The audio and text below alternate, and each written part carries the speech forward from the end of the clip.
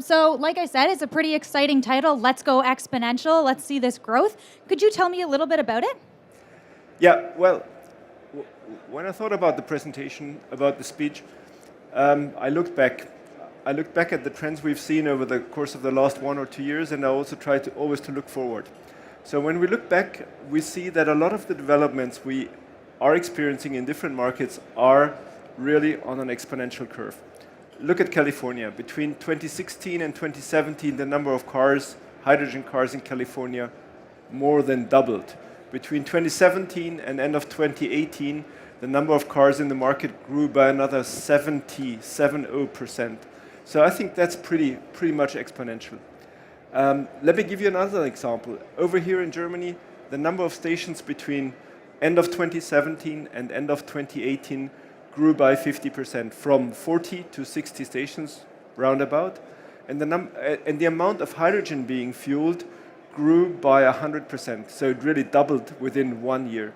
Again, I would call that an exponential trend. Let me give you another example. When you look at the Cologne bus project, they are running 2 buses now, and they have been running 2 buses for quite a while. So they know what they're doing.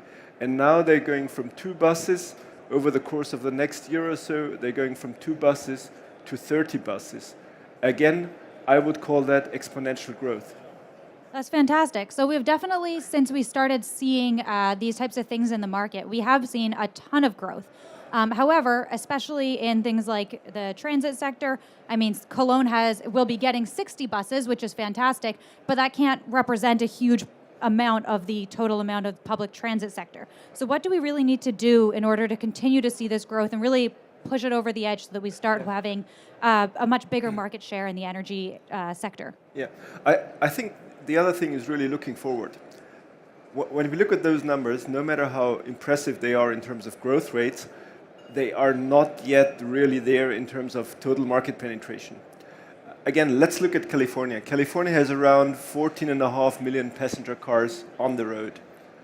This means having 1% of those cars running on hydrogen. This would mean going from around 6,000 cars today to 140,000 cars. This means a 24-fold increase. And again, getting a 24-fold increase in such a relatively short time will require exponential growth in the future as well. Let's look at this country. In this country, we only have around 500-600 hydrogen cars today. Going to 1% would mean a factor of 1,000 compared to what we have today. Again, the only way to achieve that is doing exponential growth.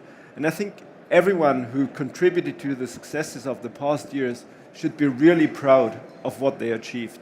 But we need to look ahead, and we need to grow at that tremendous rates in the future. So what are some steps that we as different companies here, or even on a consumer level, what are some of the things that we could do to continue that growth? I mean, looking at the 24-fold of cars that are needed in California in order to even make up 1% of the cars, I mean, that's a huge number of vehicles that need to be purchased by people. So what can we do to make that a reality? I think, first of all, we need to continue building very, very strong ecosystems. Building very strong ecosystem really means to bring together infrastructure, to bring together vehicles, and most of all, and most important of all, to bring together end customers and to find attractive solutions for the end customers, no matter whether it's a private car owner, whether it's a public bus operator, whether it's a train operator, or whether it's a private truck operator. These need to get attractive solutions from all of us together. In order to do that, I think we need to focus on geographies, because whenever infrastructure is involved, network density pays off. Network density is a value to the end customers. We need to get volumes up, no doubt, and getting volumes up also will mean getting costs down. And getting costs down, I think, is a very, very important factor in order to give a decent business case to more and more of the users of those vehicles.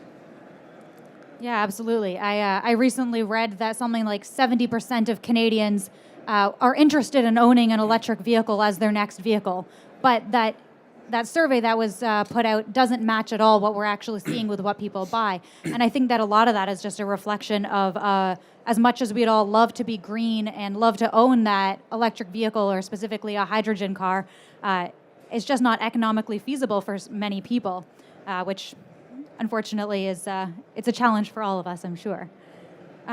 Great. So we've covered why most people don't have them and what needs to be done. Maybe we could start looking forward a little bit. What is on the horizon for you guys as a company, and what are you going to be doing next? So there's a number of things that happen in our company and with our company. As you may have heard and may have read, our company, Linde AG, what it was previously known, merged with Praxair, incorporated in North America. Now we are a relatively big gas company, and this also means, and this is of course a windfall profit for everyone, that the liquid hydrogen capacity of our company has grown eightfold in North America. Again, pretty exponential, so we have access to much more liquid hydrogen than we ever had before. Our company also has announced on the production side to double the liquid hydrogen capacity here in Germany. It's supposed to go on stream in 2021. Our company has announced to add another 30 tons of liquid hydrogen in North America. Of course, this is not all for transport and for mobility. This is also for industrial gas customers, but it will trickle over into mobility as well. 30,000 tons of liquid hydrogen seems like a huge number to me, but I don't have a great idea of what that really represents in terms of who's using it and how much is that really? Is that a huge amount in there? Yeah. Or? So if you take 30 tons, if you assume that everything goes into cars, this could fill around 40,000 cars continuously, 40,000 cars. So in California, we'd be getting one step closer to those 144,000, to those 1%. So it's serious numbers. It's really serious numbers. Okay, great. And so then we're also putting that into Germany to try to get a little bit more infrastructure around here. So you guys have also done a little bit of a name change for your company, or a little bit of an addition. Yeah. Since March 1st, you guys became Linde Hydrogen FuelTech. Along with that, can you tell me a little bit about that? Yeah.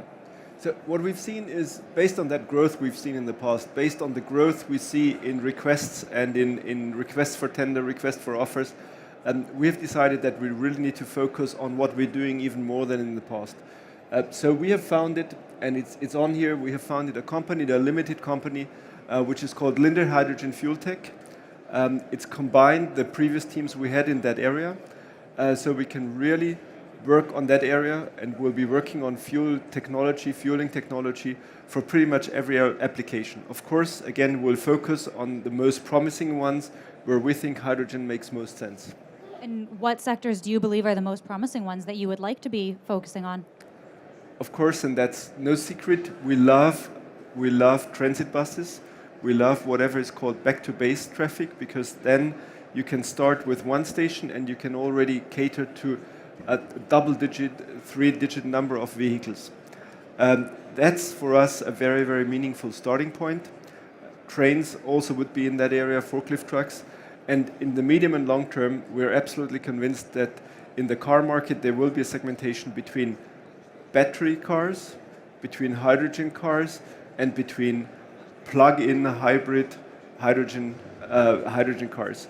And for me, there is no either or. It's really the question about the size of the segments. And one of the cars, like the Mercedes over there, is a battery car or is a hydrogen car with a plug-in battery. So I think that shows it's not either or, it's a combination of both. We think the car market needs to be covered by hydrogen as well. And everything we do is geared towards making that segment for hydrogen mobility as big as possible. Great. So right now, there's certainly more battery electric vehicles than there are hydrogen. Do you think in the future, or is it possible now that you'd be able to retrofit to be able to have a plug-in battery hydrogen fuel cell car so that you can kind of get the best of both worlds? I think today cars are such a refined product and they're so really complicated and sophisticated. I would not recommend retrofitting anything. So I really rely on the car manufacturers, no matter whether it's established one, whether it's startups, to build vehicles that are really fit for purpose and that are really meeting the customer's needs. Okay, great. So That's fantastic. Is there anything else that you're particularly excited about? So you talked about how you wanted to be accessing the bigger markets. Is there any like smaller ones that like you're personally fond of or anything, or things that you think have underexposed in this industry? That's a good question because I'm an engineer. So as an engineer, there's many things out there I love because it's nice technology. But I'm a business major as well. So sometimes what you love as an engineer, you don't love so much as a business major. I think we need to turn this into a business. Yep. Because being a business means also that you look at the customer, you look at the customer's needs, you look at the cost, and you look at the profit. At the end of the day, everyone in the feeding chain should be able to make. Right. So unfortunately, things that may be a super cool piece of tech aren't necessarily financially viable, and maybe aren't the way forward for you guys at this point. Then, great. At this point, does anyone have any questions for Mr. Bachmeier and Linde AG? No comments on more exponential growth? Have you all driven the cars outside? I highly recommend it. If you want to know more about infrastructure here in the country, please visit the H2 Mobility booth, which is over there. There is plenty of stations out there. Again, 60 stations doesn't sound like a lot, but with one of the cars out there, you can reach pretty much every point in the country by now. We are planning to build another 40 stations, which means around 100 stations by the end of this year, early next year. And that, we think, is a really, really good base coverage. So drive the cars, have a look at the infrastructure, think about when is the right time for you to get into a hydrogen car. So you, with the car out there, you can reach most places. Can you also make it back? That's what I mean with reaching a place. Okay, just checking. You're not going to end up stranded somewhere on like the borders. No. All right, fantastic. So like you said, there's cars over there that you can sign up and then you can do them. And we do have a question, so I'll just take the microphone down. Brian is biased. I have to ask a specialist here, Tops. Recently, and I'm talking about yesterday, there was a decision. The Ministry of Transportation announced that they were going to pour €1 billion of our tax money into an electrical grid expansion for charging electrical cars. That's the decision of Scheuer. Yeah, they're not investing in the hydrogen grid, and apparently the hydrogen grid, when you have larger volumes of cars, is less expensive. So do you have a position on that?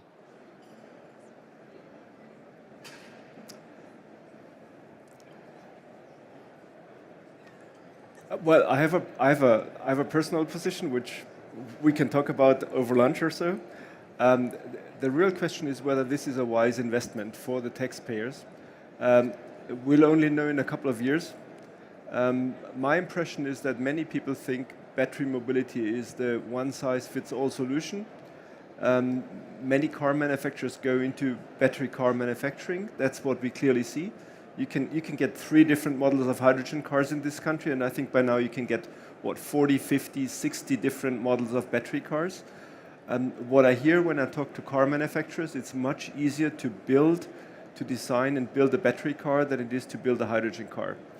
So the advantages of hydrogen, which is long range, which is quick filling, which is the ability to drive larger vehicles like buses, like trucks in the near future, this really needs to pay off for the customers. And this is where I would like to see more activity by more players. But at the moment, it's the way it is. Maybe it's necessary to do it. What we see, and if someone else has a different picture, please let me know. I have not seen a business case for a battery charging infrastructure, for a public battery charging infrastructure, even less so for a public fast charging battery infrastructure. If you know one, let me know, because this is kind of the technology we're competing with. We know if hydrogen goes into volumes, everyone in the feeding chain can make money. And I think at the end of the day, this is a better proposition than relying on taxpayers' money for a very long time or maybe forever. Great. Thank you so much for that answer. So we've done this huge investment into batteries, but maybe long-term solution, the hydrogen one would maybe be a complementary solution for us. At this point, if we don't have any more questions, is there any parting messages you'd like to leave us with, or are you feeling pretty comfortable? I think the key message is really get into these cars, get fascinated, and think about how to bring those vehicles into your company, into your home garage, whatever combination. Like it, lease it, buy it. Great, thank you so much for that. Sorry, just quickly last thing. You said that there was like 50 to 60 battery models you can choose from. What sort of choice options do we have if I was to suddenly start wanting to drive a hydrogen fuel car and could afford it? So I know them all. It's the Mercedes, which you see on the booth over there. It's a Hyundai Nexo. It's a Toyota Mirai, and in California, in addition to that, and also, of course in Japan, you can get a Honda Clarity, which is also a sedan. But we can't get that here in Germany yet? Not yet. Okay, great. Well, go do some test driving, have some fun. If you think of any questions, I'm sure Mr. Bachmeier would be more than happy to speak with you. He's at booth B55, which is over that way, so go take a gander. And thank you so much for your time, and thanks for the inspiring Let's Go Exponential. Thanks, Helen.